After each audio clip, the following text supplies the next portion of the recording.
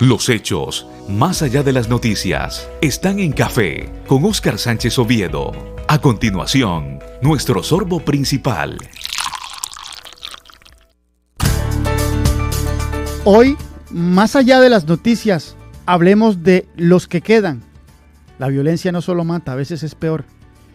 Y me refiero a un libro, al libro más reciente de la maestra del periodismo Yolanda Ruiz Ceballos. Confieso que creí que leería una especie de manual de buen periodismo a través de varias crónicas de alto nivel. Pero encontré una gran crónica sobre cómo se hizo el libro que estaba leyendo. Esto mientras refrescaba mi memoria de colombiano que ha sentido la guerra muy cerca y también mi memoria de periodista que trató mucho tiempo de poner una distancia casi imposible al cubrir la violencia en este país. Diría que Los que quedan es además un manual para enfrentar nuestros propios fantasmas y animar a otros a enfrentar los suyos, como lo hace en sus páginas su autora, la maestra Yolanda Ruiz. Maestra, muy buenos días, bienvenida a Café, gracias por atendernos. Hola Óscar, buenos días, qué gusto estar contigo y en este café con tus oyentes. De verdad te agradezco mucho la lectura y la invitación. No, a usted por regalarnos unos minutos. La interpretación que acabo, o la introducción que acabo de hacer del libro, ¿era esa la intención o definitivamente no lo entendí? No, mira que es parte de la intención, pero lo que me ha llamado la atención también es que cada lector, como ocurre siempre con los libros, tiene su propia interpretación y eso es hermoso porque tú acabas de decir que es un manual que puede servir un poquito para manejar esos fantasmas que todos tenemos de una u otra manera. Esa interpretación yo no la tenía, pero sí tiene que ver con una catarsis personal. Este libro es escrito en primera persona. Yo hablo de mis muertos, esos muertos que también, o sea, que también tuve, que también padecí en el momento que yo llamo de las violencias, el más duro de nuestro conflicto, que yo lo ubico más o menos de mediados de los 80, comienzos de los 90, donde se recrudeció toda la guerra de mil maneras con violencias cruzadas de la guerrilla, de los paras, del Estado, del narcotráfico. Y es ese pedazo el que retrato en estas historias, en historias de otros y en historias propias.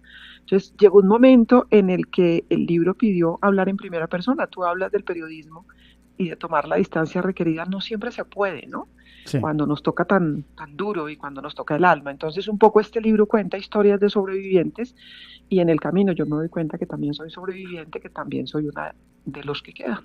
Claro, son 19 capítulos, cerca de 290 páginas, y el primer muerto del libro es el libro mismo, porque comienza con un capítulo que se llama El libro muerto. Expliquémosle a los oyentes eso, maestra, por favor. Sí, mira que este libro nace de las cenizas de otro, que yo llamo El libro muerto, que es un libro que escribí a comienzos de los años 90. Este libro lo escribí de la mano de mi hermana. Mi hermana es médica y se ha dedicado toda su vida a acompañar a víctimas de la violencia desde el apoyo terapéutico psicosocial. Entonces, cuando mi hermana empieza apenas a hacer ese trabajo y comienza a contarnos las historias que va conociendo, como reportera muy joven que yo era, dije, esto hay que contarlo, son unas historias tremendas, vistas desde lo que significa la salud emocional. Nosotros hemos analizado la violencia desde muchos aspectos, pero tal vez poco desde la salud mental. Entonces empecé a hacer un trabajo de reportería de la mano de ella y de sus colegas. Ella trabajaba en una fundación en aquella época y empezamos a hacer ese trabajo de reportería. Ese libro nunca se publica por varias razones, pero la fundamental es que en el camino uno de los psiquiatras, compañero de mi hermana, se suicidó y entonces sus colegas y la fundación para la que trabajaban toman la decisión de mejor no publicar las historias. Era otra época y no se había entendido lo que hoy entendemos. Fíjate cómo es la vida. Hoy publico en el periódico El Espectador una columna que se titula Cuidar al cuidador. En aquella época no hablábamos de eso, de la necesidad de cuidar a los cuidadores, de que también los profesionales de salud y de salud mental tienen que tener nuestra atención. Entonces no se publicó y ese libro quedó muerto. El libro que nace hoy es distinto, retoma algunas de las historias, pero es un libro completamente distinto. Entonces, como tú dices, el primer muerto en este libro es el libro anterior del que nacen, de las cenizas de ese nace este. Es una historia muy particular porque además fue un libro que se perdió durante 30 años.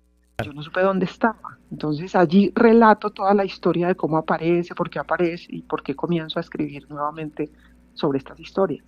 Y se encuentra entonces uno a lo largo del libro historias realmente que tocan a cualquier colombiano. Es imposible leer el libro y ser indiferente ante las historias que allí se cuentan, como por ejemplo un niño que dibujaba a las personas sin cabeza y todo el trauma que explica al final del capítulo por qué esa actitud del niño, por qué esa incapacidad del niño de dibujarle la cabeza a una persona cuando intentaba hacer estos dibujos, estos trazos.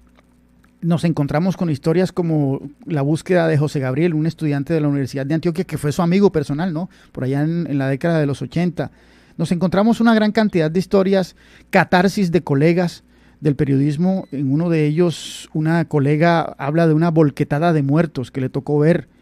Y así, por ese estilo, encuentra uno muchas historias que le enseñan y le recuerdan cómo es Colombia, pero también nos enseñan a seguir viviendo con esto. En medio de todas esas historias, para el público cordobés, tenemos que mencionar el capítulo de Cantaclaro. Usted estuvo en Cantaclaro, el barrio Cantaclaro de Montería, cuando apenas comenzaba la invasión. Y allí usted cuenta dos historias de dos mujeres, una de ellas, Marina, y otra cuyo nombre nunca supo. Sin ánimo de adelantarle mucho a los potenciales lectores, le pediría que nos explicara un poco cómo fue ese capítulo de Cantaclaro, en el que la apoyó nuestro colega Jairo Pérez. Pues mira que yo creo que ese trabajo de reportería en Cantaclaro es una de las historias que yo más tengo presentes en mi vida, y llevo 40 años haciendo periodismo, por el impacto que me produjo visitar la zona de Cantaclaro en aquella época. Porque de alguna forma era, dijéramos, la zona que estaba recogiendo el mayor número de desplazados, no solamente en Colombia, sino que se consideraba en su momento que era uno de los centros de personas desplazadas más grande del mundo. Y las condiciones en las que se vivían, las dificultades, los dolores atravesados de las familias desplazadas, a mí me golpearon mucho, y sobre todo porque es la historia en particular de una mujer que llega de la zona del Urabá, desplazada con sus hijos y embarazada porque le matan al marido, le queman la casa. Todo esto que pasaba en aquella época, en la época de la violencia muy, muy dura de las bananeras, y mucha de esa gente llegó a la ciudad de Montería. Entonces yo cuento esa historia, estuve allá, hablé con ella, conocí lo que pasaba. Eso lo escribí en el libro muerto. Cuando yo vuelvo a mirar esta historia, yo digo, eso que pasó, pasó en una época y en un momento, y yo sabía que Cantaclaro había cambiado, se había transformado, y tenía la duda de si dejar lo que conocí en aquella época con todo el impacto que tuvo en mí, como una fotografía histórica del momento, o si tenía que cambiarlo. Yo en algún momento pensé, Oscar, volver a Montería, ir a Cantaclaro en esta época, y luego decidí que mejor dejaba la historia como estaba, porque es parte del testimonio de lo que ha sido la ciudad, de lo que ha sido la situación de desplazamiento en Colombia y la resiliencia de la gente, la capacidad de levantarse. Entonces lo que decidí fue pedirle precisamente a un colega que es gran cronista, que me ayudara a entender lo que había pasado como una fotografía posterior. Y de allí sale esta historia. Y la segunda mujer que tú mencionas es una historia muy breve, pero que en una palabra habla de algo dolorosísimo, que es la violencia sexual en el conflicto, de la cual en aquella época no se hablaba. Entonces me parece muy interesante porque dejo el testimonio tal cual como lo viví, lo recogí hace 30 años, y luego hacemos una fotografía distinta, de otra manera, contando lo que hoy está pasando en Cantaclaro, que espero que quienes están en Montería pues logren entender lo que hoy se vive allí y lo que se vivió. Claro. Y me llama mucho la atención que la segunda historia, la breve, se podría resumir en la frase: hicieron conmigo lo que quisieron. Y usted se cuestiona a sí misma porque en esa época usted no profundizó en la historia de esa mujer que encontró recostada a un poste. Y usted se cuestiona como reportera. La reportera de hoy en día cuestiona a esa reportera joven de hace muchos años porque no profundizó, porque tal vez desperdició una historia. Pero con esa frase resume el contexto que se estaba viviendo. ¿Cómo logra usted enfrentar esos fantasmas de cara a sus lectores, que son los fantasmas que todos los reporteros, sobre todo de orden público, hemos tenido en algún momento, pero que no es fácil cuestionarnos a nosotros mismos en público, ¿no? cuando uno siente que le faltó periodismo, que le faltó reportería en ese momento y juzga muchas veces de manera cruel a ese reportero que estaba en caliente. Yo pienso que parte, que parte de nuestro trabajo, y para mí es una constante, es hacer autocrítica. Y cuando hacemos autocrítica en público estamos creciendo, estamos entendiendo la responsabilidad que tenemos entre manos. Este no es un oficio que se aprenda a hacer, que terminemos de aprender. O sea, ya, llegué. No, este es un oficio, yo llevo 40 años y estoy aprendiendo. Y mirar lo que he hecho en el pasado y entenderlo, entender cuándo son errores y entender cuándo es falta de experiencia y entender cuándo el debate no estaba abierto, que es este caso de esta mujer. En ese momento no se hablaba de la violencia sexual. Yo no pregunté, no fui más allá, pero luego dije, necesitaba hacerlo, necesitaba violentar a esta mujer con lo que significó para ella decir esa frase. No lo sé. Estas reflexiones las hice también en el primer libro que escribí, que se llama En el filo de la navaja, que todo es sobre dilemas éticos del periodismo, y me planteaba los mismos interrogantes. Aquí me equivoqué, aquí pude hacerlo mejor, y eso está bien. Y otras veces, como en este caso, y como en otro episodio que yo relato en ese otro libro, yo de alguna manera entiendo lo que hice y, entre comillas, me perdono. Digo, ¿por qué? Pues porque somos seres humanos y porque a veces no tenemos claridad de lo que debemos hacer y porque a veces, también hay que tenerlo presente, no hay que hacer más, ¿ves?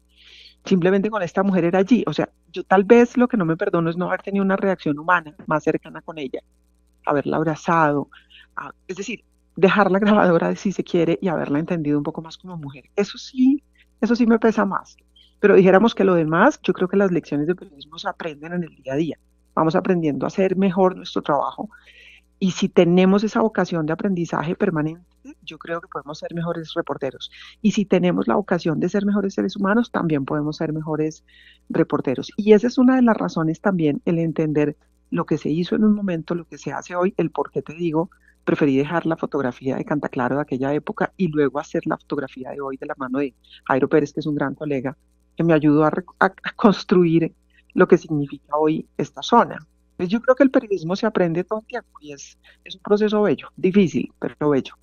Entonces, ¿usted está de acuerdo con aquella norma que indica que no podemos ser buenos periodistas si antes no somos buenas personas? O sea, definitivamente. Tal cual, absolutamente tal cual. En mi libro anterior, En el filo de la navaja, el primer capítulo se titula Los periodistas somos seres humanos. Bien. Porque si no somos seres humanos, estamos perdidos. Y este libro, Los que quedan, se está escribiendo desde nuestra condición muy humana. Por eso es un libro muy cargado de emociones, en donde uno deja de lado por momentos esa distancia que tanto nos piden a los periodistas. Me involucro totalmente, es un libro en primera persona. Y es un libro que intenta entender desde lo humano los dolores de los sobrevivientes de la violencia. A mí me impactaron mucho, sobre todo, las historias de los niños. Una niña que le enseña, una niña de 7 años que le enseña a su hermanito de 3 quiénes son los asesinos de su papá y le dice que los tiene que vengar. Imagínate lo que pasa en la cabeza de esos 2 niños. Sí. Todo eso como seres humanos nos tiene que impactar para poderlo tramitar y para poderlo contar de mejor manera. Y para que los oyentes tengan todavía mayor claridad sobre lo impactante que es este libro, y esto lo digo con todo respeto, maestra, traigamos a colación el capítulo de una guerrillera que no quería entregar su fusil porque sentía que era su única protección. Y esto lo sentía porque fue abusada sexualmente de niña y siempre sintió que si hubiese tenido el fusil el día que eso sucedió, no habría pasado. Y un enfermero de la guerrilla que decía, después de 20 años siendo enfermero, aquí soy prácticamente un médico sin título, cuando salga a la vida civil, ¿qué voy a hacer? Y eso nos refleja un poco lo que vivimos como colombianos, ¿no? Como que a veces nos da miedo la paz. A veces nos da miedo la paz. Y ese es uno de los capítulos que se encuentran en el libro. Maestra, no le quito más tiempo. Yo sé que usted, todo el mundo la está llamando y tiene una agenda muy apretada. ¿Dónde se consigue el libro? Pues, Oscar, está en todas las librerías. También se puede conseguir en versión digital, que se puede descargar, y lo mandan. Si ustedes ingresan en la búsqueda Yolanda Ruiz, Los que quedan, Penguin, que es la editorial, ahí encuentran, y de la editorial en el link los mandan a las distintas alternativas en las cuales se los pueden enviar a domicilio. Busca Libre, que es un portal que distribuye libros, por ejemplo, lo manda, pero lo encuentran en las librerías y hay versión digital, ojalá se puedan animar.